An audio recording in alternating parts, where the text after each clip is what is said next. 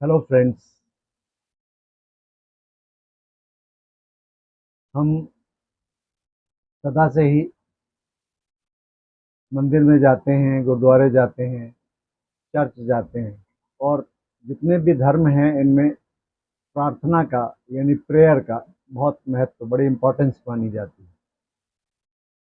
तो दोस्तों, कभी आपने सोचा है कि हम जाते हैं इन स्थानों पर और प्रार्थना करते हैं और मांगते क्या हैं वहाँ जाकर, और किस भाव के साथ मांगते हैं? ये कभी सोचा है आपने? और अपने आप का हम क्या प्रदर्शन वहाँ जाकर उन मूर्तियों के सामने या गुरु ग्रंथ साहब के सामने या चर्च में जाकर हम जो प्रेयर करते हैं वो किससे मांगते हैं और किस भाव से मांगते हैं? कभी इन बातों को समझने का प्रयास हमने शायद नहीं किया है।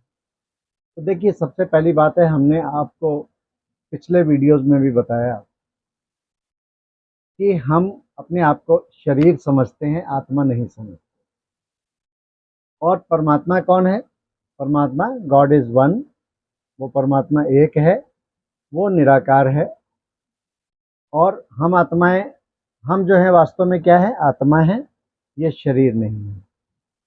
लेकिन अभी तक हमने क्या किया? मंदिरों में गए, गुरुद्वारे में गए और मांगा किससे? उन देहधारियों से मांगा जिनको हम देवी देवता या उनकी जड़ मूर्तियां हैं या उनके चित्र हैं, उनके सामने हमने हाथ जोड़े, माथा टेका और उनसे क्या मांगा कि हमें, मांगी भी क्या? स्थूल चीज़ें, धन चाहिए, दौलत चाहिए, मकान चाहिए, बेटा चाहिए, अच्छी नौकरी लग जाए, ये सब मांगा। ये बड़ी स्थूल सी चीज़ें हैं जो हम मांगते हैं, बड़ी मटेरियलिस्टिक चीज़ें हैं, जो हमारा, जिन चीज़ों का संबंध सिर्फ हमारे इस शरीर के साथ है। वो इसलिए मांगते हैं क्योंकि इन चीज़ों का संबंध हमारे शरीर के साथ इसलिए है कि हम स्वयं को सदा शरीर ही समझते आए, देह भान में रहे।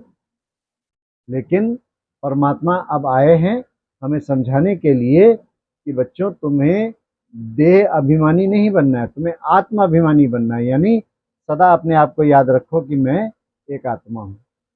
तो जब हम आत्मिक स्वरूप में और उस निराकार परमात्मा के साथ जाते हैं, उसके सामने जाते हैं, तो हम उससे कुछ मांगते नहीं है। देखिए, एक बात को ध्यान दीजिए, जैसे अगर लौकिक में आप अपने पिता को के पास जाते हैं, मान लो आपको किसी चीज़ की ज़रूरत है, तो आप अपने पिता से हाथ जोड़ के प्रार्थना करते हो कि पिताजी, आप तो महान हैं, आप तो बड़े ऊंचे हैं, आपकी तो महिमा की नहीं जा सकती, आप हमें ये दे दीजिए, मुझे इस चीज़ की ज़रूरत है।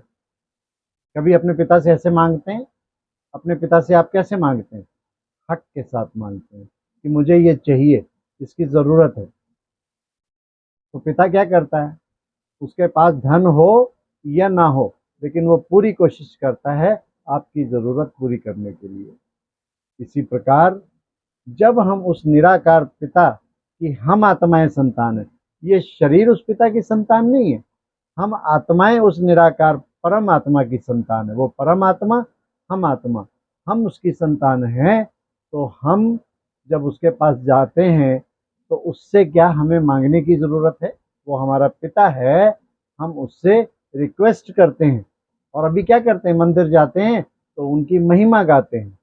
आपकी महिमा, आप तो महान हैं, आप सबसे ऊंच हैं, आपकी महिमा अनंत है, आप करण करावन हार हैं, आप कण कण में विद्यमान हैं, आप मेरी ये इच्छा पूरी करो।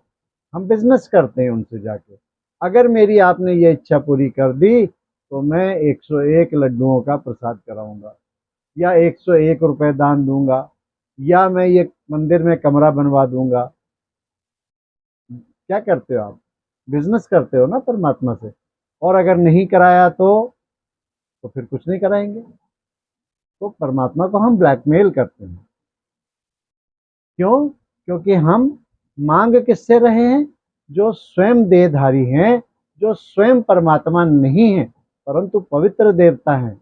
और जो पवित्र देवताएं भी हैं उन्होंने भी उस परम पिता परमात्मा की तपस्या की, उनकी पूजा की, और तब उससे उसका फल के उसके कर्मों के आधार पर उनसे जो फल पाया, उसके कारण वो फलीभूत हुए, और फिर उसी में से कभी कभी वो हमारी इच्छाएं पूरी कर देते हैं। तो क्या मिलता है? कुछ परसेंट अल्पकाल का हमें सुख मिल जाता है।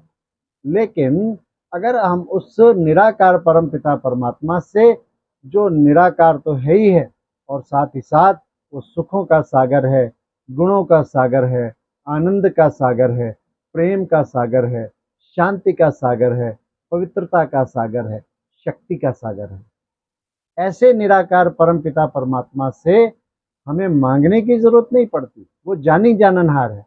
वो जानता है कि मेरे बच्चे को किस चीज की जरूरत है, और वो बिना मांगे अपने बच्चे को दे देता है। लेकिन देखिए, दो तरह के बच्चे होते हैं। एक होते हैं सपूत बच्चे और एक होते हैं कपूत बच्चे।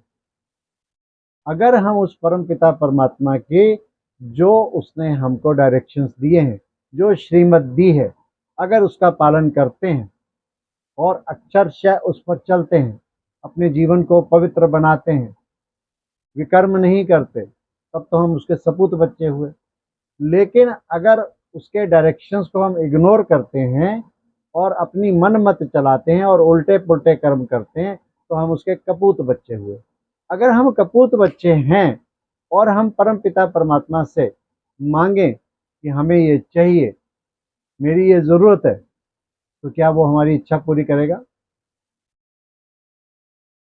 कोई भी पिता अपने कपूत बच्चे को कभी अपनी प्रॉपर्टी का कोई हिस्सा देता है?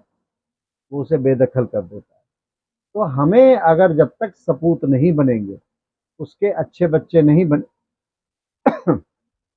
तब तक हमारी इच्छा कभी पूरी नहीं होगी। और परमात्मा हमारी इच्छा पूरी नहीं करता। परमात्मा को बताना नहीं पड़ता है कि मुझे इस चीज की जरूरत है। वो खुद ही समझ जाता है कि मेरे बच्चे को इस चीज की जरूरत है, और वो बिन मांगे देता है। तो परमात्मा से हमें बिन मांगे मिलता है, परंतु हम कितना उस परमात्मा के प्रति अपनी मन और बुद्धि से समर्पित हैं, उस आधार पर परमात्मा हमें देता है। तो हमें इस बात को समझना है कि हम परमात्मा के पास जाकर क्या मांगते हैं, क्यों मांगते हैं, और अपने किस स्वरूप में आकर मांगते हैं। अगर हम अपने सत्य स्वरूप में आकर और उस परम पिता परमात्मा से सिर्फ संबंध बनाएं, मांगे उससे कुछ नहीं, तब भी उसे पता रहता है कि मेरे बच्चे को ये प्रॉब्लम है, उसे इस चीज़ की ज़रूरत है, और वो बिन मांगे देता है। और इस बात को वही लोग बता सकते हैं जिन्होंने उस परमात्मा के साथ सर्व संबंध बनाए हैं। तब आप सर्व संबंध बनाते हो तो वो हर संबंध में आपकी इच्छा पूर्ति करता है, क्योंकि परमात्मा ऐसे बच्चों को प्यार करता है जो उस पर संपूर्ण समर्पण करते हैं। तो संपूर्ण समर्पण माना कंप्लीट सरेंडर। किससे? मन और बुद्धि से। आपको जो कार्य कर रहे हैं अपने लौकिक जीवन में, जो भी आपका रोल आपको मिला है, अपने रोल को प्ले करिए, लेकिन अपने मन और बुद्धि का संबंध उस परमात्मा के साथ मिलाकर और उससे कनेक्शन करिए, तो आपकी सब ज़रूरतों को पूरा करता है। वो आपकी इच्छाओं को पूरा नहीं करेगा, वो आपकी ज़रूरतों को पूरा करेगा। इसलिए हमें चाहिए कि जो हम प्रार्थना करते हैं, इस प्रार्थना शब्द को सही अर्थों में इस्तेमाल करें।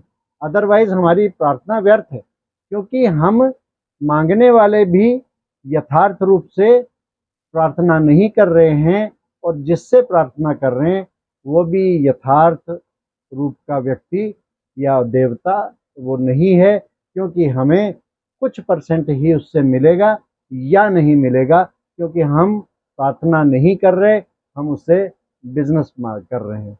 तो हम चाहे प्रार्थना कह दें, चाहे प्रेयर कह दें, चाहे उसे अरदास कह दें, ये हमारी सारी प्रार्थनाएं इसीलिए व्यर्थ जा रही हैं, क्योंकि ना तो हमने स्वयं को समझा है, ना उस परमात्मा के सत्य स्वरूप को समझा है। तो आज आपसे यही शेयर करना था कि मित्रों, ये जो हम प्रार्थनाएं करते हैं, इन प्रार्थनाओं का कोई भी अर्थ और कोई भी बेनिफिट नहीं है। अगर इसको अपने यथार्थ रूप से समझकर अगर आप सही तरीके से नहीं करते हैं तो आपको इसका कोई भी फल नहीं मिलने वाला है।